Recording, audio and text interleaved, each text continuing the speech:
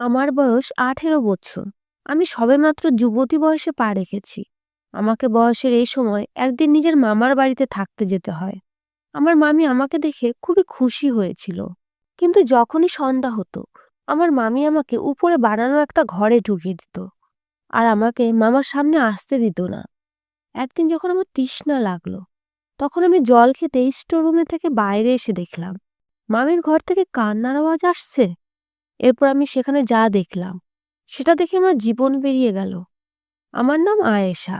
আমরা ২ ভাই ১ বোন ছিলাম। আমরা ছোট একটা গ্রামে থাকতাম। আর আমাদের গ্রাম খুবই সুন্দর। আমি আমার সারা জীবন এই গ্রামে খেলাধুলা করেছি। আর এই গ্রামেই আমি যুবতী হয়েছি। আমি কখনো ভাবিনি যে আমাকে আমার এই সুন্দর গ্রাম ছেড়ে দূরে কোথাও যেতে হবে। কিন্তু যেদিন আমাকে নিজের গ্রাম ছেড়ে মামার বাড়িতে যেতে হয়, সেদিন আমার জীবনে সবচেয়ে দুঃখের দিন ছিল। কিন্তু জীবনে বাস্তব সত্য মানুষকে কোথায় নিয়ে যায়, আগে থেকে কে বলতে পারে? আমার শৈশব মা বাবার ভালোবাসায় কাটিয়ে দিয়েছি। আমরা জয়েন্ট ফ্যামিলিতে থাকতাম। বাড়ি খুব বেশি বড় তো ছিল না, কিন্তু নিজেদের ছিল। আমার বড় কাকার ফ্যামিলিতে ৫ জন লোক ছিল। আর ছোট এক কাকা ছিল, যে এখনো বিয়ে করেনি। সে পড়াশুনো করেছিল। আর পড়াশোনার কারণে বেশিরভাগ সময় হোস্টেলেই থাকতো। আমরা বাচ্চারা যেমন যেমন বড় হতে শুরু করলাম, বাড়ি আমাদের জন্য ছোট হতে থাকলো। আমার ঠাকুমা আর পিসিমা একটা ঘরেই থাকতো। কম বয়সী ঠাকুরমা পিসির বিয়ে দিয়ে দিয়েছিল। কিন্তু ২ বছর পরে কোনো কারণে পিসিমা ডিভোর্স নিয়ে আমাদের বাড়িতে ফিরে আসে। আমি আজ অবধি এটা বুঝতে পারিনি যে পিসিমা তো খুব ভালো। সে আজ অবধি কখনো কারো সাথে উঁচু গলায় কথা অবধি বলেনি। তাহলে কেউ তাকে কিভাবে ছেড়ে দিতে পারে? তার কথা কিভাবে এত এগিয়ে গেল যে তার ডিভোর্স হয়ে গেল? আমি শুধু এটুকুই জানতাম যে ওই পিসিমার বিয়ে তার ইচ্ছার বিরুদ্ধে হয়েছিল। ঠাকুমার এই বিয়ে নিজের পছন্দের ছেলের সাথে দিয়েছিল। আমার ঠাকুমা জাতপাতের খুব বিশ্বাস করত। সে নিজের জাতেই মেয়ে বিয়ে দিতে চাইতো। এই চিন্তা ভাবনার কারণে ঠাকুরমা পিসিমাকে একটা না চাওয়া বন্ধনে বেঁধে দেয়। আমাদের জীবনে এরকম অনেক কঠিন সত্য ছিল। আমার মা আর কাকিমার মধ্যে কখনো বনিবনা ছিল না। যদিও আমার মা আর কাকিমা নিজেদের মধ্যে কাকাতো জ্যাঠাতো বোন ছিল, তাদের দুজনের মধ্যে কখনোই বনিবনা ছিল না। কিন্তু ভাগ্য তাদের সাথে এমন খেলা খেললো যে তাদের দুজনের বিয়ে একই পরিবারে হয়ে গেল। আর না চাইতেও তারা ২ জা হয়ে একই বাড়িতে একসাথে থাকতে হতো। ঠাকুরমা আমাদের বলেছিল, যেদিন তোর কাকিমা নববধূ হয়ে এই বাড়িতে আসে, সেদিন থেকেই তোর মা আর কাকিমার মধ্যে ঝামেলা লেগেই থাকতো, যেটা আজ অব্দি শেষ হয়নি। ছোটবেলা থেকে মা আর কাকিমা নিজেদের মধ্যে জ্বলন আর একে অপরকে টক্কর দেওয়ার দেখেছি। আমি জানতাম না তারা দুজন একই রকম কেন করে। কিন্তু তাদের মধ্যে যাই থাক, আমাদের বাচ্চাদের মধ্যে এই লড়াই ঝগড়ার প্রভাব দূর দূর অব্দি পড়েনি। আমাদের মায়েরা যত ঝগড়ালো আর জেদি হোক না কেন, আমরা সব বাচ্চারা ততটাই ভালোবাসা শান্তিতে থাকতাম। আমার কাকিমার মেয়ে বুবাই খুব বেশি হলে আমার থেকে ২ মাসে বড় হবে। ওরও ২ ভাই ছিল। একজন ওর বড় আর একজন ওর ছোট। বুবাইয়ের বড় দাদা কলেজে পড়তো। পড়াশোনাতে সে খুব ভালো আর বুদ্ধিমানও ছিল। এদিকে আমার আর বুবাইয়ের পড়াশোনায় একদমই মন লাগতো না। আমরা দুজনেই নিষ্কর্মা ছিলাম। আমাদের দুজনের মাই আমাদের এই নিষ্কর্মা আর পড়াশোনা থেকে ফাঁকি দেওয়ার উপরে কথা শোনাতে থাকতো। আমাদের বাড়ি মানুষের তুলনায় ছোট ছিল, কিন্তু আমাদের বাড়ির পিছন দিকে একটা খুব সুন্দর বাগান ছিল। এই বাগানটা আমার ঠাকুমার কষ্ট আর মন দিয়ে করার ফলে হয়েছে। আমার কাকিমার মেয়ে বুবাই আর আমরা দুজনেই আম গাছ থেকে কাঁচা আম পেড়ে খেতাম। পরে ঠাকুমা যখন এই কথাটা জানতে পারলো, তখন সে তার লাঠি নিয়ে আমাদেরকে খুব ভয় দেখাতে থাকতো।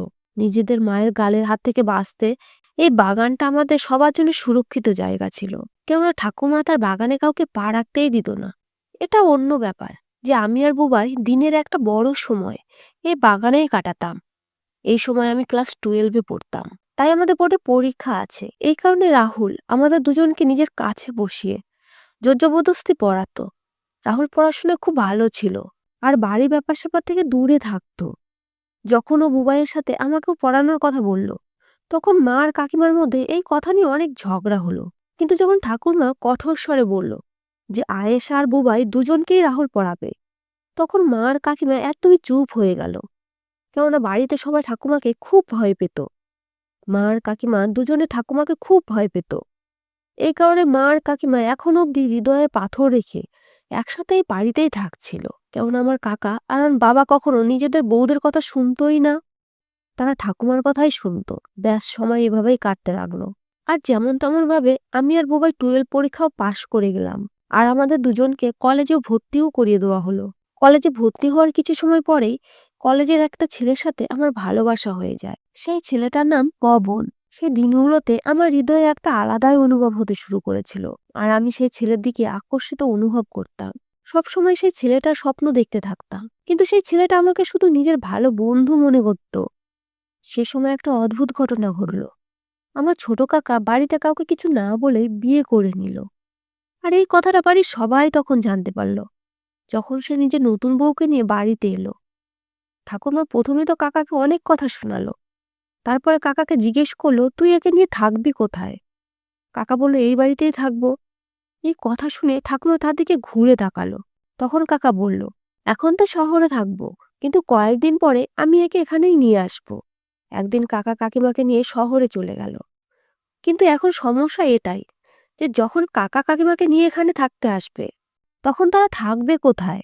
তাদের থাকার জন্য কোনো জায়গাই ছিল না।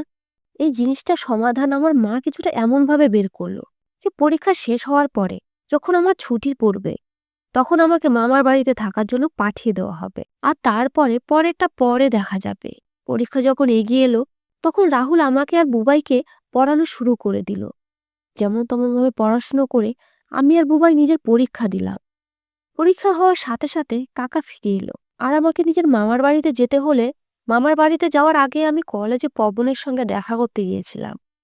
কিন্তু আমি দেখলাম যে সেই ছেলেটার হৃদয়ে আমাকে নিয়ে কোনো ফিলিংসই নেই। কিন্তু না জানি কেন আমার জন্য তার থেকে দূরে থাকা কষ্টকর ছিল। যাই হোক, আমার অনুভব হয়ে গেল যে আমার ভালোবাসা একদিকের। তাই আমি তখনই মামার বাড়িতে যাওয়ার সিদ্ধান্ত পাকা করে নিলাম। আমার হৃদয় খুব উদাস ছিল, আর অন্যদিকে হৃদয় খুশিও ছিল যে প্রথমবার আমি মামার বাড়িতে যাচ্ছি। বাবা আর ছোট ভাই আমাকে আমার মামার বাড়িতে ছাড়তে এসেছিল। আর স্টেশনে আমার মামা আর মামি আমাকে নেওয়ার জন্য এসেছিল। সেদিন দ্বিতীয়বার আমি আমার মামিকে দেখলাম। তার আগে একবার ব্যাস আমি আমার পিসির বিয়েতে দেখেছিলাম। সে সময় আমার মামা আর মামি এক রাত থেকে ফিরে চলে গেছিল। তাছাড়া মামা যখনই আমাদের সঙ্গে দেখা করতে আমাদের বাড়িতে আসতো, একলাই আসতো। সে মামিকে নিজের সাথে নিয়ে আসতো না। আমার মামা আমাদের কাছে খুব পছন্দের একজন মানুষ ছিল, কেননা সে খুব ভালো মানুষ ছিল। সে যে কাউকে খুব সহজে নিজের দিকে আকর্ষিত করতে পারত। মামা আমাকে আর বাবাকে নিজের সাথে বাড়িতে নিয়ে গেল। দুপুরে খাবার আমরা সবাই একসাথেই খেলাম। মামি আমার খুব আদর যত্ন করছিল। সে আমার সঙ্গে খুব সুন্দর করে কথাও বলছিল। মানে আমার মা আর কাকিমা একদমই উল্টো। সে খুবই ভালো মহিলা। কখনো কখনো আমি তার মধ্যে আমার পিসিমা ছায়া দেখতে পেতাম।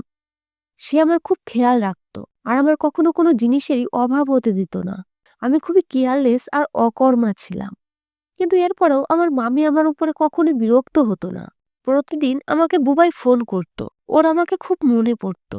আমারও ওর কথা খুব মনে পড়তো। যদিও আমি জানতাম যে আমি ওকে মা আর কাকিমার যুদ্ধের ময়দানে একলা ছেড়ে এসেছি। এই কারণেই ও ফোনে আমার উপরে রেগে যেত আর আমাকে অনেক কথা শোনাতো। আমি ওকে সান্ত্বনা দিতাম যে আমি খুব তাড়াতাড়ি ফিরে আসব, তুই চিন্তা করিস না। আমি আমার মামার এখানে বেশ কিছুদিনের জন্য এসেছি, কিন্তু আমার কপাল আমার জন্য অন্য কিছু ভেবে রেখেছে। আমার মামির কোনো সন্তান ছিল না, সেই কারণে সে একাকিত্ব অনুভব করত। এই কারণে আমি বাড়িতে আসতেই মামি খুব খুশি হয়ে গেল। এটা তো সত্যি যে মানুষের সঙ্গে মানুষ কথাবার্তা বললে হৃদয় বদলে যায়। আমার মামা নিজের কাজেই ব্যস্ত থাকতো, তাই হয়তো সে দেখতেই পাচ্ছিল না যে তার বউ সময়ের আগেই বুড়িয়ে যাচ্ছে। কখনো কখনো আপনজনের কেয়ারলেসের ভাব আমাদেরকে সময়ের আগে ক্লান্ত করে দেয়। কখনো কখনো মামির উপরে আমার খুব করুণা অনুভব হতো যে তিনি বাড়ির 4 দেওয়ালের মধ্যেই বন্দী হয়ে থেকে গেছেন। আমার মামি বিয়ের পরে এত দূরে চলে এসেছে যে তার আত্মীয় স্বজনের সঙ্গে দেখা সাক্ষাৎও হতো না। এটাই কারণ ছিল আমার এখানে আসাতে। আমার মামি খুবই খুশি হয়েছিল। আমার মামার বাড়ির পাশে একজন মহিলা থাকতেন যে মেয়েদেরকে কাপড় সেলাইয়ের কাজ শেখাতেন। তাই আমিও মামিকে বলে সেই মহিলার কাছে কাপড় সেলাই শিখতে শুরু করে দিলাম।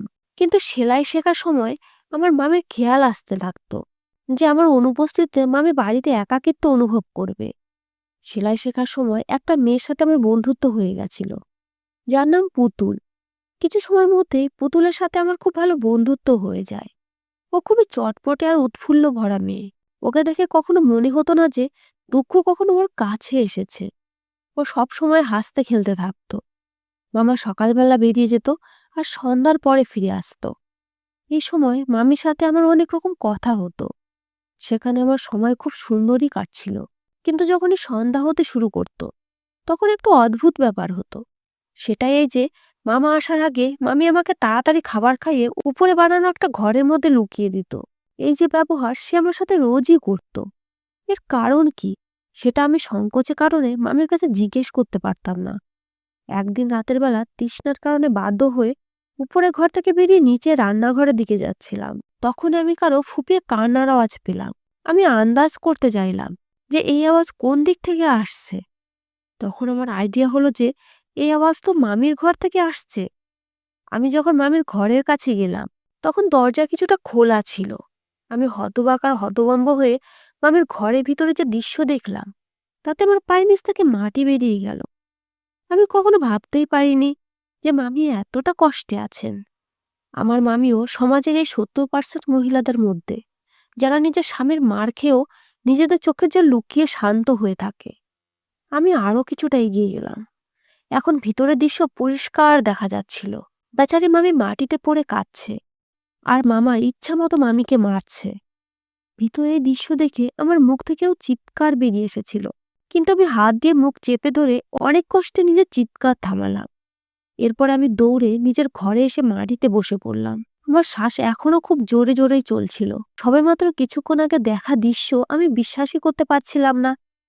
আমি একদম আতঙ্কিত হয়ে পড়েছিলাম। আমার চোখ থেকে জল পড়তে লাগলো। মামার এই রূপ আমার জন্য খুবই বেশি কষ্টদায়ক ছিল।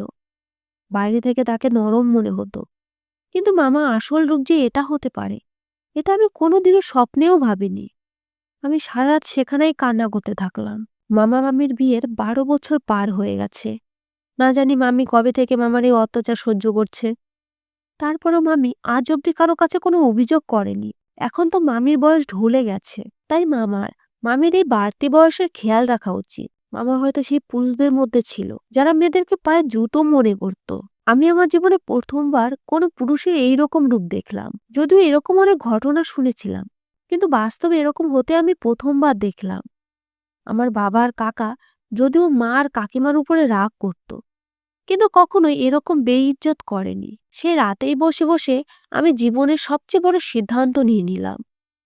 কিন্তু এই সিদ্ধান্ত পূরণ করার জন্য আমার নিজের হৃদয়কে মজবুত করতে হবে। সেই রাতে বসে বসে আমার হৃদয় থেকে বিয়ের স্বাদ একদমই উঠে গেল। আর আমি সিদ্ধান্তও করে নিলাম যে আমি জীবনে কখনোই বিয়ে করব না। সেই রাত আমি যেমন তেমন ভাবে কান্নাকাটি করে কাটিয়ে দিলাম। কিন্তু সকাল হতেই সবার আগে আমি মামির খোঁজ নিতে রান্নাঘরে গেলাম। সেখানে গিয়ে দেখলাম মামি নাস্তা বানাচ্ছে। মামি প্রথমে মামার জন্য নাস্তা বানাতো, তারপরে মামা অফিসে যাওয়ার পরে মামি ঘর পরিষ্কার পরিচ্ছন্ন করতে লেগে পড়তো। কাজে ব্যস্ত হয়ে মামি জীবনের দুঃখ কষ্ট ভোলার পুরো চেষ্টা করত। আমি মামির মুখের দিকে তাকালাম। তার দুঃখ তার চেহারায় পরিষ্কার দেখা যাচ্ছিল। মামি নাস্তা বানিয়ে আমাকে দিল, যে মামার ঘরে দিয়ে এসো। আমি নাস্তা ট্রে উঠালাম আর মামার ঘরের দিকে গেলাম। দরজা খোলাই ছিল, কিন্তু আমি দরজার সামনে গিয়ে একদম থেমে গেলাম। আমার চোখের সামনে রাতের সে দৃশ্য ফুটে উঠল, আর আমার পা ভারী হয়ে গেল। আমার মনে হচ্ছিল যেন আমি যুগ যুগ ধরে এখানেই দাঁড়িয়ে আছি। আমি হৃদয় শান্ত করে লম্বা শ্বাস নিয়ে এগিয়ে ভিতরে ঢুকে মামার টেবিলের উপর নাস্তা রেখে দিলাম। মামা হাতে পেপার নিয়ে পেপারে হেডলাইন পড়ছিল। মামা আমার দিকে চোখ উঠিয়ে এক মুহূর্ত দেখলো, তারপরে আবার পেপার পড়তে শুরু করলো। আমি নজর উঠিয়ে মামাকে দেখলাম। তার সহজ সরল মুখের পিছনে তার ভয়ানক চেহারার কথা ভেবে আমার পুরো শরীর কেঁপে উঠল। সেই দিন সারাদিন আমি মামির পিছন পিছন করতে করতে পার করে দিলাম। তাকে না কিছু জিজ্ঞেস করলাম, আর না তো কিছু জিজ্ঞেস করার ইচ্ছা ছিল, তাই চুপ থাকলাম। এভাবে রাত হয়ে গেল, আর মামি বলার আগে আমি রাতের খাবার খেয়ে উপরের ঘরে গিয়ে শুয়ে পড়লাম। আমি কিছু সময় সেই সমস্ত চিন্তা ভাবনাতেই কাটিয়ে দিলাম। তারপরে মোবাইল উঠিয়ে বুবাইকে ফোন লাগালাম। ওর সাথে কিছু সময় কথা বলাতে আমার হৃদয় বদলে গেল। ও আমাকে মার কাকিমার মধ্যে হওয়া তাজা তাজা ঝগড়ার ব্যাপারে বলছিল। আমাদের দুজনের মায়ের মধ্যে হওয়ার লড়াইয়ের থেকে বেশি আনন্দদায়ী কোনো কিছুই ছিল না। কিন্তু আজকে আমি ওর এই কথাবার্তাতে হৃদয় থেকে হাসতেও পারছিলাম না। ও আমার কথাবার্তা শুনে আমাকে বারবার জিজ্ঞেস করছিল যে তুই ঠিক আছিস তো, কিন্তু আমার কাছে ওকে মিথ্যা সান্ত্বনা দেওয়া ছাড়া আর কোনো রাস্তাও ছিল না। যখন মাঝরাত হলো, তখন আমি ধীর পায়ে বাইরে এলাম। আজকে আবার সেই দৃশ্য দেখতে পেলাম। মামির ঘরের বাইরে থেকে কান্নার আওয়াজ আসছিল। আমি লুকিয়ে ঘরের ভিতরে উঁকি দিয়ে দেখলাম। ঘরের ভিতরে কালকের মতোই দৃশ্য ছিল।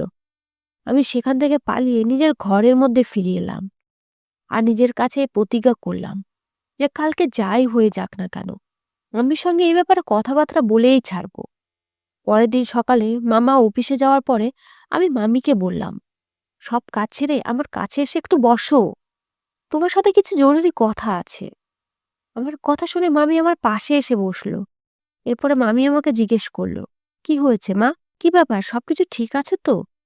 আমি বললাম, হ্যাঁ মামি, সবকিছুই ঠিক আছে, কিন্তু আমাকে তোমার ব্যাপারে তোমার সঙ্গে কথা বলতে হবে। মামি অবাক হয়ে গেল আর বলল, আমার ব্যাপারে? তখন আমি মামিকে বললাম যে, মামি আমাকে বলো, মামা তোমার সাথে এরকম ব্যবহারের আসল কারণ কি? আর সে কবে থেকে তোমাকে এইরকম ভাবে মেরে যাচ্ছে? এই কথা শুনে মামির মুখের রং সাদা হয়ে গেল। এরপরে মামি বলল, মা তুমি এসব ব্যাপারে কিভাবে জানলে? তখন আমি মামিকে সেই রাতের ব্যাপারে বললাম যে, আমি মামাকে তোমাকে মারতে দেখেছি। মামা তোমাকে কেমন পশুর মতো মারছিল। এখন আমি বুঝতে পারছি তুমি রাতের বেলা কেন আমাকে মামা আসার আগে উপরে পাঠিয়ে দিতে। এখন তুমি আমাকে সবকিছু সত্যি সত্যি বলো যে মামার এরকম ব্যবহারের পিছনে আসল কারণটা কি, সে কেন তোমাকে মারে। আমি একটা গভীর শ্বাস নিল। তারপর আমাকে বলল যে, মা এটা আজকের গল্প না, এটা অনেক পুরনো ঘটনা। এরপরে মামি বলতে থাকলো আর আমি হতবাক হয়ে শুনতে থাকলাম। আজকে সেই দিন যেদিন সত্য প্রকাশ হওয়ার দিন। আজকে আমি এমন কিছু জানতে পারলাম যার ব্যাপারে পরিবারে কেউই জানতো না। মামি আমাকে বলল যে, মা আমি 12 বছরে প্রথমবার কোনো মানুষের সামনে হৃদয় খুলে কথা বলছি। মা তোমার বড় উপকার হবে, এই যে কথা আমি তোমাকে বলছি, তুমি এটা কাউকে বলো না, বিশেষ করে নিজের মামাকে তো একদমই না। আমি চাই না যে এত বছর থেকেও বাঁচিয়ে রাখে সম্বন্ধ ভেঙে পড়ুক। আমার নিজের বলতে কেউই নেই যে আমার সাথে দাঁড়াবে। অসহায় মামির মুখের দিকে তাকিয়ে আমি মামিকে বললাম যে, মামি এত বছর চুপচাপ সহ্য করে তুমি আসলে কি পেয়েছো? তুমি শুধু শুধু নিজের উপরে অত্যাচার সহ্য করছো। ব্যাস অনেক হয়েছে, তুমি এভাবেই নিজের পুরো জীবন কাটিয়ে দিতে পারো না। আমার কথা শুনে মামি বলল যে, তুমি এখনো বাচ্চা, তাই এই সমস্ত ব্যাপারে বুঝতে পারছো না, এই কারণে এই ধরনের কথা বলছো। আমাদের সমাজে ডিভোর্সি মহিলাদের বেঁচে থাকা খুবই কষ্টকর। যদি এই সমস্ত কথা আমি বলি, তাহলে আমাদের সমাজ উল্টে আমার উপরে অভিযোগ লাগিয়ে দিত। তখন আমি বললাম, তাই বলে এই সবকিছু এভাবে চলতে দেবে? কাউকে না কাউকে তো এইসব কিছুর বিরুদ্ধে আঙ্গুল উঠাতেই হবে। যদি আজকে আমরা এসব না থামাতে পারি, তাহলে এর ফল আমাদের সারা জীবন সহ্য করতে হবে। এসব কিছু সহ্য করা কোনো বাহাদুরি ব্যাপার না। আমার মনে হচ্ছে তোমার বুঝতে ভুল হচ্ছে। তোমার এমন কোনো বাধ্যবাধকতা নেই। তুমি শুধু শুধু এই চিন্তা করছো যে সমাজ কি বলবে। কিন্তু সমাজ কি ভাববে এটা না ভেবে ভগবান কি ভাববে এটা ভাবি, তাহলে আমাদের জীবনে অনেক বেশি সহজ হয়ে যাবে। আমার এত কিছু বোঝানোর প্রভাব মামির উপরে পড়ল। তখন তিনি বললেন যে, তোমার যা ঠিক মনে হয় সেটাই করো, কিন্তু একটা কথা মনে রেখো, যখন আমরা সমাজের নিয়মের বাইরে যাব, তখন সমাজ আমাদেরকে পাশ কাটিয়ে যাবে। কম লোকই আছে যারা সমাজের বাইরে গিয়ে জিততে পারে। মামির কথা শুনে আমি মামিকে বললাম, আমার ভগবানের উপরে পুরো ভরসা আছে, তুমি ব্যাস প্রার্থনা করো। আমার কথা শুনে মামি হেসে রান্নাঘরে চলে গেল। পরের দিন চিন্তা ভাবনা করতেই পার হয়ে গেল। এখন আমি বুঝতে পেরেছি যে আমার এই কাজের জন্য বুবাইয়ের সাহায্যের দরকার। তাই আমি ওকে ফোন করে শান্ত মনে সবকিছু বুঝিয়ে দিলাম। এখন আমার কাজ বিনা ঝামেলায় মামিকে এখান থেকে নিয়ে যাওয়া। তাই আমি পরের দিন সকালবেলা মামার অফিসে যাওয়ার আগে মামিকে নিজের সাথে নিজের গ্রামে নিয়ে যাওয়ার অনুমতি চাইলাম। প্রথমে তো মামা পরিষ্কার না করে দিল, কিন্তু কিছুটা জোর দেওয়ার পরে সে কথাটা মেনে নিল। এখন আমরা খুব খুশি। পরের দিন আমরা দুজন গ্রামের জন্য বেরিয়ে পড়লাম। পুরো রাস্তা আমি বুবাইয়ের সাথে কথা বলতে থাকলাম আর ওকে বলেও দিলাম যে ও যেন ঠান্ডা মাথায় ঠাকুমার আর পিসিমাকে এই ব্যাপারে বুঝিয়ে দেয়। যখন আমরা গ্রামে পৌঁছলাম তখন দুপুর হয়ে গেছিল। খাওয়া দাওয়ার পরে আমি আরও ঠাকুমার আর পিসিমার সাথে আলোচনা করতে লাগলাম।